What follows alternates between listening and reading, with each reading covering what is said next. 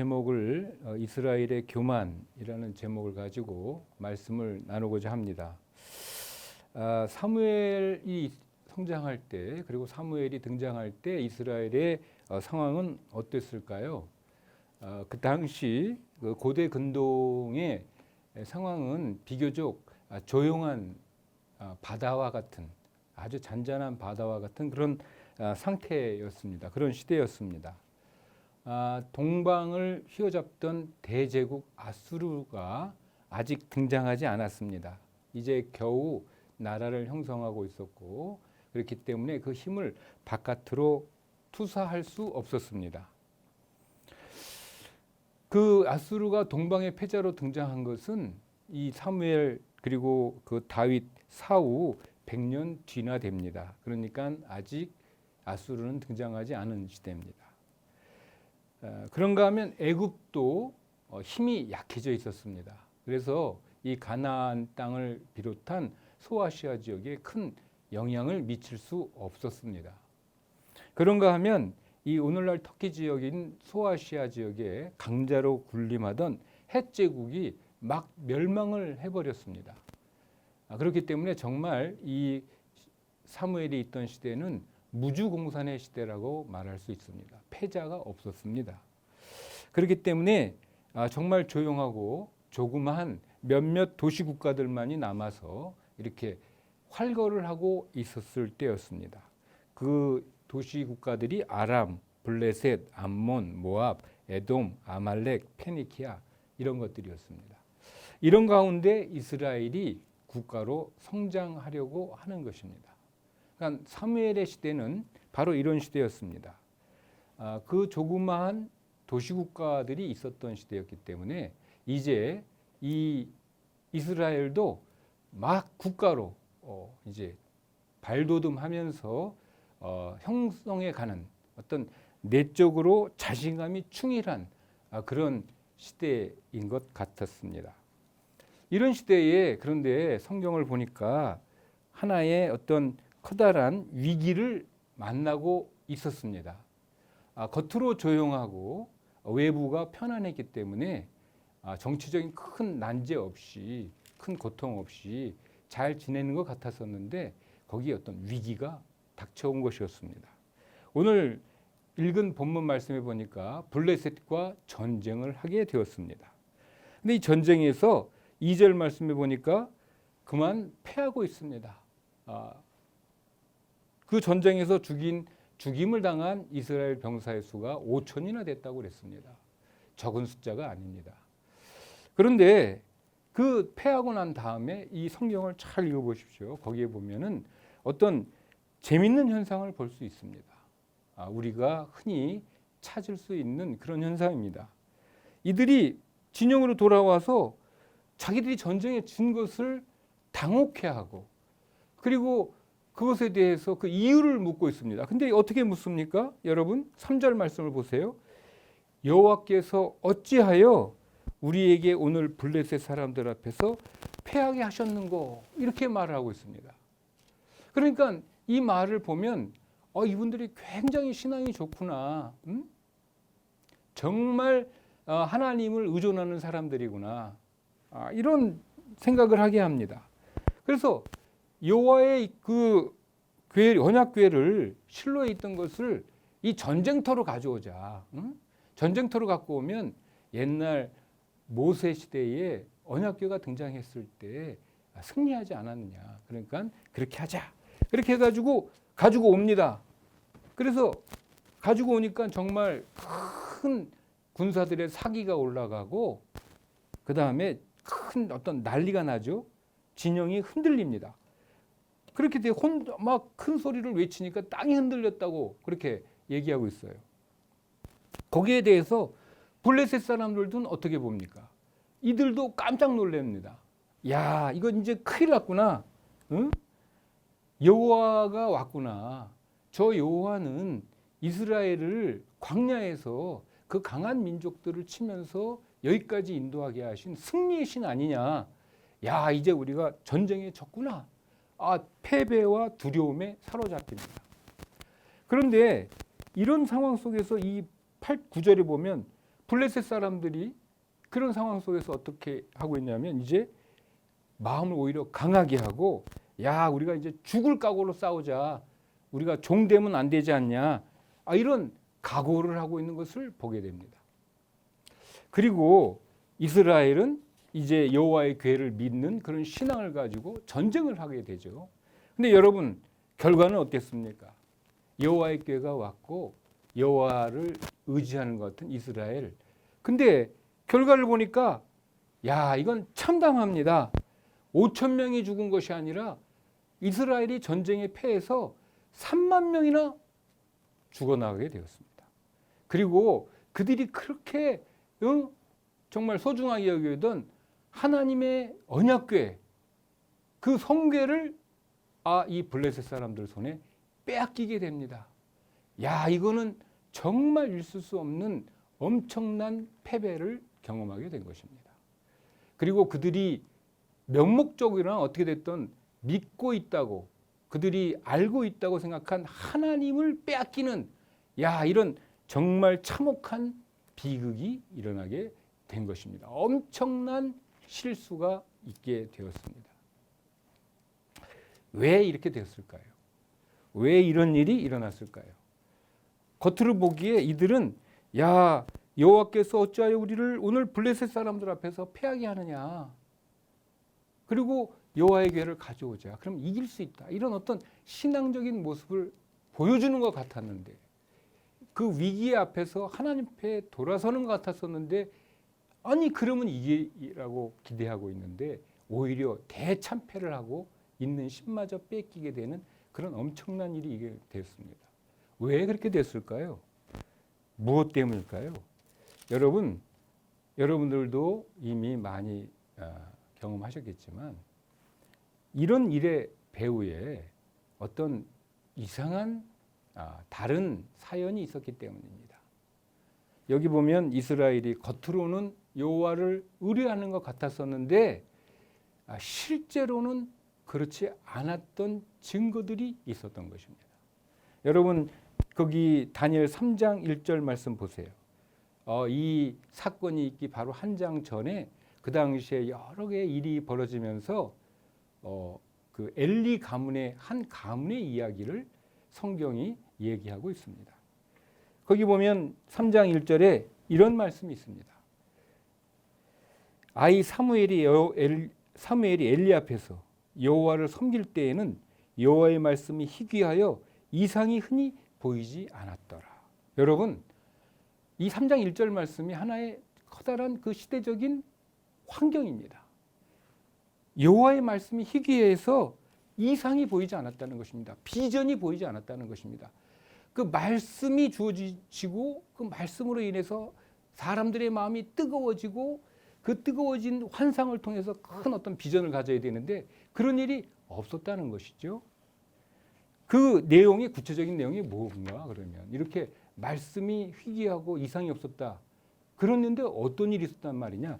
엘리 그 가문을 보면은 여러분 거기 2장 12절 또 2장 17절에 두 절에 이 한 가문 엘리 제사장의 가문의 죄를 드러냄으로써 시대적 배경과 시대적 어떤 내용을 진실을 말해주고 있습니다.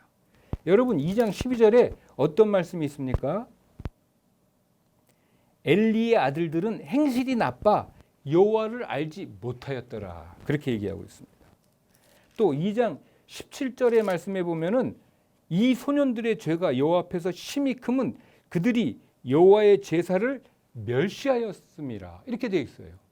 그러니까 그 가문이 대제사장의 가문인데 행실이 아주 고약해가지고 여호와를 알지 못하고 또 그러면서 자기들이 대제사장인데도 여호와의 제사를 멸시하고 있다는 것입니다. 겉으로는 하나님을 믿는 척하는데 속으로는 나쁜 일 다 하고 하나님을 섬기지 않았다는 것입니다. 하나님을 멸시하고 있다는 것입니다. 하나님은 못 봐, 못 들으셔, 내가 하는 일 모르셔. 이렇게 하나님을 멸시하고 있었다는 것입니다. 여러분, 그럴 때 이들의 이 엘리 제사장의 이 한 가문의 이야기는 한 가문의 얘기가 아닙니다. 그 시대에 있었던 지도층의 이야기였던 것입니다. 근데 사무엘에 보면 말이죠. 하나님께서 이 지도층의 이런 어리석음과 영적 교만과 영적 속용됨에 반대로 어떤 새로운 일을 하고 계신데 누구와 하고 계십니까? 사무엘을 보세요. 사무엘상 1장에 보십시오. 누구 나옵니까? 한나라는 이야기가 나옵니다. 한나 여인의 이야기가 나옵니다. 아기를 낳지 못해서 가장 비참함을 경험했던 여인의 이야기가 나옵니다. 힘없는 아주 약한 여자 얘기가 나옵니다. 그 여인이 탄식하며 노래합니다. 자기 하나님이 아들을 주시니까 너무나 감사해서 이제 그 사무엘을 내놓고는 한나가 기도합니다. 심히 여러분 2장 5절에 보면 심히 교만한 말을 다시 하지 말 것이며 오만한 말을 너 입에서 내지 말지니라. 여호와는 지식의 하나님이시라 행동을 달아보시느니라. 여호와는 가난하게 하시고 부하게도 하시며 낮추기도 하시고 높이기도 하시는도다. 가난한 자를 진토에서 일으키시며 빈궁한 자를 거름더미에서 올리사 귀족들과 함께 앉게 하시는 분이시로다. 여러분, 하나님이 겸손한 자, 약한 자, 이런 자와 함께하는 분이라고 얘기하고 있는 거예요. 그뿐만이 아닙니다. 사무엘이 부름받을 때 어떤 때 부름받았습니까? 엘리가 있었는데 하나님이 사무엘을 부릅니다. 언제 부릅니까? 사무엘이 어렸을 때. 아무것도 힘이 없는 어린이였을 때 하나님이 사무엘을 부릅니다. 그뿐입니까? 다윗을 보세요. 이 성경 사무엘의 거대한 주제를 이끌어가는 다윗이 어떻게 돼? 사무엘 그 상 16장 거기 보세요. 어떻게 됩니까? 여러분 사무엘상 16장에 보면은 사무엘이 하나님 앞에 이제 이렇게 그 이세 앞에서 부름을 받게 되는데 이 사무엘은 그 이세 아들 중에 다윗이 없는 줄 알았어요. 이세가 다윗을 아들로 치지도 않아요. 거기 16장 10절 11절에 보면 이런 말씀이 있어요. 이세가 그의 아들 7을 다 사무엘 앞으로 지나가게 하나 사무엘이 이세들에게 이르되 여호와께서 이들을 택하지 아니하셨느냐 하고 또 사무엘이 이세에게 이르되 내 아들들이 다 여기 있느냐. 이세가 이르되 아직 막내가 있는데 그는 양을 지키나이다. 여러분 이 이세 앞에서 이제 이세가 사무엘 앞에 자기 아들들을 보내는데 다니엘은 거기 다윗은 끼지도 못했던 사람이에요. 그 연약한 사람, 겸손한 사람. 그가 이 사무엘하 22장 여러분 뒤에 보면 이 다윗이 찬양합니다. 뭐라고 찬양합니까? 주께서 공고한 백성을 구원하시고 교만한 자를 살피사 낮추시나이다. 여러분 이스라엘을 하나님께서 국가로 세워가는데 교만한 자, 또 지도층이라는 그런 사람들의 불신앙과 그 외식들을 하나님이 멀리하십니다. 정말 이스라엘을 통해서 하나님 역사하시는데 어떤 분 통해서 역사하셨습니까? 가난하고 약한 자, 겸손한 자와 역사하셨습니다. 오늘 우리의 학교가 또 우리 성결교단이 이런 겸손한 모습을 가져야 되겠습니다. 정말 외식하는 신앙이 아니라 하나님을 정말 우리의 만물의 창조주로 겸손하게 믿는 그런 일이 있게 되기를 축원합니다. 이런 겸손을 통해서 우리의 헛된 교만을 깨닫고 우리가 혹시 주님을 외식했는지 또 교만했었는지 이런 것 다 내려놓고 정말 겸손하게 하나님 앞에서 정말 쓰임받는 그런 귀한 역사가 있어야 되겠습니다. 이 코로나를 이기는 것은 우리 교단이 이런 겸손한 자들, 약한 자들, 눌린 자들 이들과 함께하는 교단이 되기로 작정했을 때 우리가 그렇게 작정했을 때 약한 자를 위한 결단을 했을 때 겸손을 위한 결단을 했을 때 하나님께서 우리를 교만에서 건져주시고 코로나의 위기에서 건져주실 줄로 믿습니다. 이 은혜가 여러분들에게 함께 있게 되기를 축원합니다. 이제 우리가 이런 제목을 가지고 다음 네 가지 기도 제목을 가지고 기도하고자 합니다. 첫 번째, 우리가 교회가 하나님의 진리 위에 서게 하소서. 여기 진리는 겸손한 진리. 하나님을 말씀을 듣고 외식하지 않고 마음에 교만을 내리고 겸손하게 하는 모습. 두 번째로 이 코로나에서 보여주신 하나님의 겸손의 요청을 깨닫게 하소서. 세 번째로 우리 교회가 사회의 편견을 이기는 그런 겸손의 능력을 갖게 되기를 위해서 기도하겠습니다. 네 번째로 코로나로 타격받고 있는 소외된 그리고 약한 자를 품을 수 있는 그런 능력 있는 교회가 되기 위해서 우리가 함께 기도하겠습니다. 잠깐 기도하겠습니다. 주여, 이제 우리 아버지 하나님, 먼저 이 시간 주님 앞에 간구하며 기도합니다. 우리 성결교단이 코로나 위기 앞에서 정말 우리 이 민족과 세계의 짐을 정말 하나님 앞에 고하면서 우리가 먼저 겸손해지기를 원하나이다. 아버지 하나님, 이스라엘이 외식하며 교만한 마음으로 하나님을 자기가 마음대로 부릴 수 있다고 생각했을 때 그들에게 오히려 큰 낭패가 있었습니다.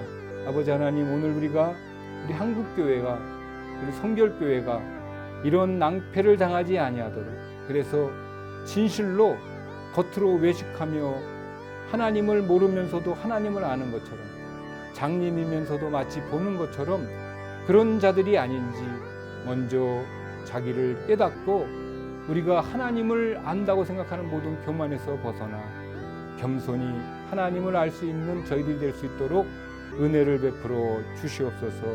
우리가 먼저 하나님을 잘 알기를 원합니다. 하나님의 진리 위에 서기를 원합니다. 하나님이 하시는 일들을 제대로 깨닫기를 알기를 원합니다. 우리 한국교회가 먼저 아버지 하나님, 이런 하나님의 진리 위에 하나님이 정말 바라시고 하나님이 원하시고 하나님이 기대하신 바를 무엇인가를 깨닫고 그러한 인물이 될 수 있도록, 그런 기도 제목을 올릴 수 있도록, 그렇게 되는 저희 한국교회 성결교단 될 수 있도록 주님 도와주시옵소서. 또한 아버지 하나님, 두 번째로 기도드립니다. 이 코로나의 위기가 정말 생각보다 길고 정말 심대합니다. 아버지 하나님, 우리들은 아직도 그 뜻을 잘 알지 못하지만 여호와께서 이 모든 만물을 주관하시고 역사를 섭리하시는 분이십니다. 주님께서 이 코로나를 통해서 보여주시는 원하시는 뜻이 있는 줄로 믿습니다. 아버지 하나님, 우리가 회개하게 하시옵소서. 우리가 우리의 자신을 돌아보게 하시옵소서. 우리가 돌이켜 하나님 앞에 올바로 설 수 있도록 도와주시옵소서. 행여라도 아버지 하나님 아직 교만하여 아버지 하나님 우리가 하나님을 마치 내 종처럼 부릴 수 있다고 생각하는 모든 오만을 버리게 하시고 정말 하나님 앞에 낮아진 자로 겸손해져서 이 시대와 역사를 숨길 수 있는 그런 저희가 될 수 있도록 주님 도와 주시옵소서. 세 번째, 아버지 하나님, 또한 이 시간 기도합니다. 이 사회와 환경이 우리 교회들을 향해서 여러 가지 아버지 하나님 기대하는 바가 있었는데 그것이 아버지 하나님 제대로 되고 있지 않습니다. 그런 가운데 몇몇 사람들 앞에서는 아버지 하나님 교회에 대한 편견이 생겨나기 시작한 것이 정말 유감스러운 일입니다. 아버지 하나님, 그들의 편견이 이제 독단이 되고 아버지 하나님 그들의 정말 마음속으로 굳은 아버지 하나님 심지가 될까 두렵습니다. 아버지, 그런데 우리가 이 교회가 이 사회에 여러 가지 교회에 대한 악감정과 교회에 대한 정말 섭섭함과 교회에 대한 아버지 하나님 이런 부족한 여러 가지 일들을, 그런 마음들을 이길 수 있는, 극복해낼 수 있는 힘과 능력을 가진, 그러기 위해서 겸손의 능력을 가진, 정말 교만해서 무엇을 정말 세상 사람과 똑같이 겨루는 것이 아니라 겸손의 능력을 가지고 그들을 설득해서 그들을 마음속으로 또 변화시켜서 다시 한번 하나님의 정말 진리 앞으로 하나님의 사랑을 증거할 수 있는 우리 성결교단 될 수 있도록 주님 도와주시옵소서. 아버지 하나님, 마지막으로 또한 이 시간 빌며 원하옵기는 우리 교회가 아버지 하나님 이 시대에 소외된 자들이 있습니다. 그늘 가운데 있는 자들이 있습니다. 나라가 발전했고 뭐 세계 10대 아버지가 경제 대국이니 여러 가지 화려한 얘기들도 많이 있지만 뭐 공의와 정의가 펼친다느니 뭐 정치인들의 많은 말들이 있지만 그런 말들 말고 정말 소외당하고 정말 약한 자들, 넘어진 자들, 상처받은 자들이 있습니다. 아버지 하나님, 우리 교회가 이들을 살필 수 있는, 그리고 그들에게 예수 그리스도께서 보여주신 하나님의 사랑을 증거할 수 있는 그런 살아있는 하나님의 대속적 기관 될 수 있도록 주님 우리를 긍휼히 여겨주시고 다시 사용하여 주시옵소서. 주님께서 우리와 함께 하실 것을 믿습니다. 주님께서 우리 모든 성결교단 정말 우리 식구들이 정오에 함께 모여 기도하는 이런 모든 순서들을 통해서 하늘에서 들으시고 내려오셔서 우리를 고쳐 주시옵소서. 우리가 마음을 다해서 겸손하게 주님 앞에 기도합니다. 우리의 잘못과 우리의 모든 허물을 주님 앞에 기도합니다. 회개합니다. 용서하여 주시고 주님께서 이 땅을 고쳐 주시옵소서. 모든 말씀 우리 구주 예수 그리스도 이름으로 감사하며 기도하옵나이다. 아멘.